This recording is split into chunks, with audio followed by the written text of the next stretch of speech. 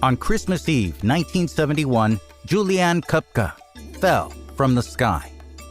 53 years ago, she plummeted from 3,000 meters, 10,000 feet above the Amazon rainforest. She was the lone survivor of a plane crash in the heart of the jungle, and she not only defied all the odds and survived to tell the tale, but she began a mission to protect the very rainforest that she believes saved her life. Join us today for the story of Juliane Koepcke, the girl who fell from the sky. Friends, welcome once again to the Mysteries of Latin America podcast. I'm Andrew Colon, and in this episode, I'll be your guide as we tell the incredible story of someone who not only survived a plane crash, but also survived 10 days in the Amazon rainforest against incredible odds. If this is your first time listening, thanks for being here with us, and consider subscribing to the podcast so you never miss an episode, and to be able to dive into the vault of over 40 podcasts where I tell the stories of the myths, legends, history, and mysteries of North, Central, South America, and the Caribbean for the whole world to know. Now, let's get to it, friends. Juliane Koepcke was born in Lima, Peru, to German zoologists who were working at Lima's Museum of Natural History at the time. At the age of 14, she left Lima with her parents to establish a biological research station in the Amazon rainforest in the village of Panguana, where her parents and the rainforest would teach her about life and survival. Juliane had been studying at a German international school in Lima, and the educational authorities in Lima at the time, although she was studying in the village, required her to come back to Lima at age 17 to take her exams so that she could graduate. Her mother Maria went to Lima with her, and she wanted to return to the research station as soon as Juliane finished her last exam on the 19th or 20th of December. But Juliane wanted to stay until her graduation ceremony so she could graduate with her classmates.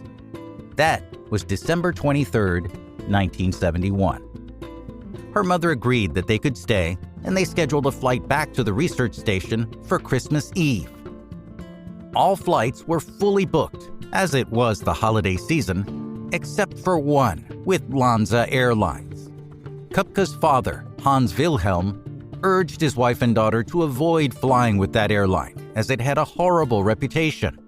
But they couldn't find anything better, so the flight was booked.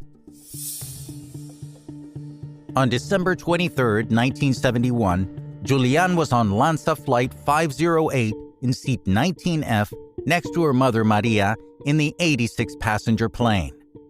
25 minutes into the flight, they found themselves in the middle of a massive thunderstorm.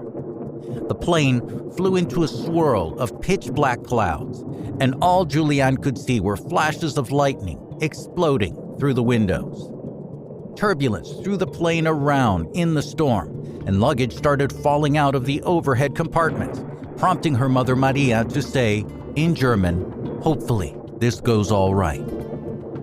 And then the worst happened. From her seat, Juliane could see lightning all around the plane, and then one bolt of lightning struck directly at the right engine. Juliane gripped her mother's hand. "This is the end. It's over," were the last words Maria Koepcke, her mother, would say. And then suddenly, she no longer felt her mother's hand there. The force of the strike broke the plane into pieces. Juliane heard screams and the noise of the motor, and then all she could hear was the wind in her ears. The next thing she knew, she was no longer inside the cabin. She was outside in the open air, and in her words, "I hadn't left the plane. The plane had left me." Still strapped to her seat, Juliane Koepcke realized that she was free-falling out of the plane. From over 3,000 meters above the ground, 10,000 feet, she anticipated what would happen: that her body would crash and she would die instantly. Still falling, she lost consciousness. Juliane doesn't know how much later, but somehow her eyes did open and she was alive. With a horrible concussion and still in shock, she realized she had survived the accident, couldn't see out of one eye, had a broken collarbone and torn ligaments in one knee, and deep cuts and bruises, but she was still alive. And then she fell unconscious again. When she woke up from the concussion the next day, all she could process was that she had survived. Falling in and out of consciousness, it took her about 12 hours to fully awaken. She tried calling out for her mother, but there was no response. She was surrounded by jungle vegetation, debris of the airplane, clothing hanging from tree branches, and bodies in horrific states of dismemberment. Still searching for her mother, she found that many of the bodies were face down, and she used a tree branch to turn some of them over, horrified at the thought of finding her mother this way. But none of the bodies were hers. The plane crash prompted the biggest search in Peru's history at the time. In the aftermath of the crash, Juliane said she could hear the sound of rescue helicopters and airplanes. But the dense jungle made it impossible for her to see them or for them to see her. The helicopters and planes couldn't even see any of the plane's wreckage under the cover of trees. It was as if the jungle had swallowed them all up. And then one day, there were no more helicopters. The search for survivors had been called off. So there she was, alone, injured, and in the Peruvian Amazon. Soon she began to hear and see vultures that began to fly over the bodies of the crash victims. She knew that if they were already there, that other animals of the forest would be there soon. It was at this point that Juliane knew that she would have to move if she wanted to survive the dangers of the rainforest, and she knew of the dangers of the wild animals, especially snakes and jaguars that could attack her as they lay camouflaged by the rainforest. But her family, especially her father, had taught her the basics of survival in the rainforest. She remembered that her father taught her to always look for water, that a small creek or body of water could lead to a stream, and that a stream could lead to a river, and a river would lead her to help. But moving in the jungle wouldn't be easy for her. Her glasses were lost in the fall.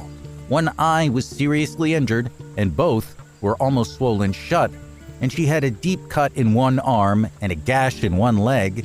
Her knee was badly hurt, and she only had one shoe, which made walking in the jungle painfully difficult. But she persevered and walked as best she could, and soon she found a small well of water, which was fed by a stream, and she followed that stream as it got wider and wider. Sometimes she would walk along the water's edge, and as it got wide enough, she started swimming in it. On the fourth day of her trek, she came across the terrifying sight of 3 fellow passengers still strapped to their seats like she was. They had landed headfirst into the ground with such force that they were buried 3 feet into the ground with their legs sticking straight up in the air. Horrified, Juliane realized that one of them was a woman. After checking, though, Juliane confirmed that it was not her mother. But these unfortunate passengers did leave Juliane a gift, a bag of candies she found in their wreckage. These candies would be the only food source for her for the rest of her time in the forest. The brutal sun of the Amazon burned her skin as she walked and swam. She would go on to have second-degree burns, and she began hallucinating as she trekked, thinking of food and home. By day 10, she had all but surrendered to the jungle, and she'd let what now had become a river take her in its current. But the following day, she found her first sign of real hope. A boat tied off by the river's edge, and off in the distance, a small hut. There was no one there, and it didn't have much in it, but it was shelter, and she did find one thing she could use: gasoline. You see, during her 11 days in the jungle, Juliane had been ravaged by insect bites. To make matters worse, the deep cut in her arm had become infected, and even worse than that, infested by botfly larvae. Juliane remembered that her family's dog had had a similar infection, and that her father had put kerosene on it to draw out the worms. So she siphoned out some of the gasoline and poured it into her wound. The pain was excruciating, but she managed to pull out about 30 worms from her wound, probably saving her arm or her life in the process. Exhausted, she spent the night in that hut. When she woke up the next morning, she thought she heard voices, but wasn't sure if they were real or if they were more hallucinations. The date was January 3rd, 1972. She said those voices sounded like angels to her. Well, they might have been angelic in saving her life, but they were real people. They were 3 humble Peruvian loggers who lived in that hut.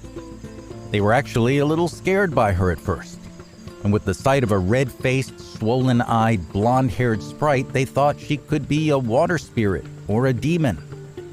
But once they knew she was harmless and human, they had her stay there for another night, fed her, gave her basic first aid, and the following day took her by boat to a local hospital located in a small nearby village. After she was treated for her injuries, Juliane Koepcke was reunited with her father Hans Wilhelm. After recovering a bit, and I mean only a few days, Juliane went on to help authorities find the wreckage of the plane, and over the next few days, they were able to find and identify some of the victims. Her mother's body was discovered on January 12, 1972. Of the 92 people aboard, Juliane Koepcke was the sole survivor. The world was moved. Not only did no one expect for there to be any survivors, she brought the horror of the crash to life for the world. Her incredible experience became world news. But life following the traumatic crash was hard for Juliane. She became a media spectacle. And this was pre-internet, pre-social media. Imagine what she would go through today. As you can imagine, she developed a deep fear of flying, and for years had recurring nightmares of the crash and the aftermath. Later, Juliane would tell her story in her autobiography, but in 1998, she was featured in the documentary Wings of Hope, directed by celebrated German filmmaker Werner Herzog. But Herzog didn't just have an interest in telling an amazing story. He almost became part of the story, as he was scheduled to take the same flight as Juliane and her mother, as he was in Peru working on a film, but had to change itinerary at the last minute. Herzog had planned to make the film shortly after the crash, but he couldn't find Juliane forever. She avoided the media as much as possible, not wanting to be known forever as a crash survivor. Herzog was finally able to find Juliane years later after locating the priest who officiated her mother's funeral, and finally she agreed to tell her story in the documentary, where she revisited the crash site. And while it was very hard on Juliane, she did find it to become a kind of therapy for her, in her words. But how did she survive that fall? Juliane's unlikely survival has been the subject of much speculation.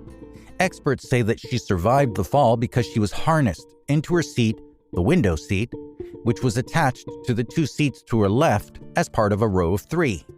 They think that it created enough drag in the air and slowed her fall. Others say the impact might have been lessened by the updraft from the thunderstorm that broke the plane apart, as well as the thick foliage at her landing site, thinking her row of seats must have gotten caught in a tree where her seatbelt came apart from the impact, and she fell through the trees and finally to the ground. Autopsies showed that as many as 14 other passengers also survived the initial crash, but died while waiting to be rescued. Authorities say her mother Maria was one of them. Right after the crash, Juliane returned to her family's native Germany, where she was able to recover from her physical injuries. Her psychological injuries would take much longer. For years, Juliane suffered from nightmares and night terrors from the fall and her time lost in the jungle, and she thinks about those days often, and still feels the grief of her mother's death and that of the other people on the flight with her. The thought, "Why was I the only survivor?" haunts her, and she thinks it always will. Like her parents, though, she studied biology in Germany, and after getting her doctorate, and despite this horrible crash and her torment in the jungle, Juliane came back to work in and for the rainforest. In 1989, she married German entomologist Erich Diller, and in 2000, after the death of her father Hans Wilhelm, she took over as the director of the Panguana Research Station, where she lived with her mother and father before the crash to continue their important work. She dedicated much of her life as a zoologist and to the conservation of the ecosystems there, and became a distinguished expert in the field. In 2011, her autobiography titled "When I Fell from the Sky: How the Jungle Gave Me My Life Back" was released. And in 2019, the government of Peru made her a Grand Officer of the Order of Merit for Distinguished Services for her work. Today, at the age of 69, Juliane lives in Munich, Germany, where she serves as a librarian at the Bavarian State Collection of Zoology and opts to use her married name of Juliane Diller to not always be known as the girl who fell from the sky. Now, whether you call her Juliane Diller or Juliane Koepcke, her story is one of survival against some of the most incredible odds you or I will ever face. At 17 years of age, she was able to show perseverance, presence of mind, and clear thinking and determination I wish I had sometimes at my age. She was able to use what she'd learned and push forward and figure out the rest until she was out of danger. At 17, she experienced a trauma and grief many of us didn't have to experience at such a young age. As an adult, she was able to go back to the source of her trauma and grief and work to save the rainforest she loves so much.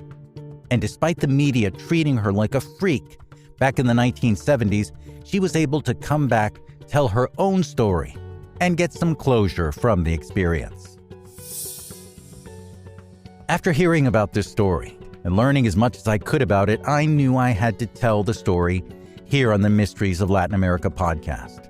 While the story went around the world back in the 70s, everyone I've asked about it recently has no idea what I'm talking about. That sealed the deal, and I knew the story of Juliane Koepcke had to join the others in our growing vault of myths, legends, history, and mysteries. Friends, if you haven't already, consider subscribing to the podcast so you get all the episodes once they come out and get access to that vault of over 40 stories that are sure to show you just how incredible North, Central, South America, and the Caribbean can be. Thanks for joining us, friends. My name is Andrew Colon. Adios.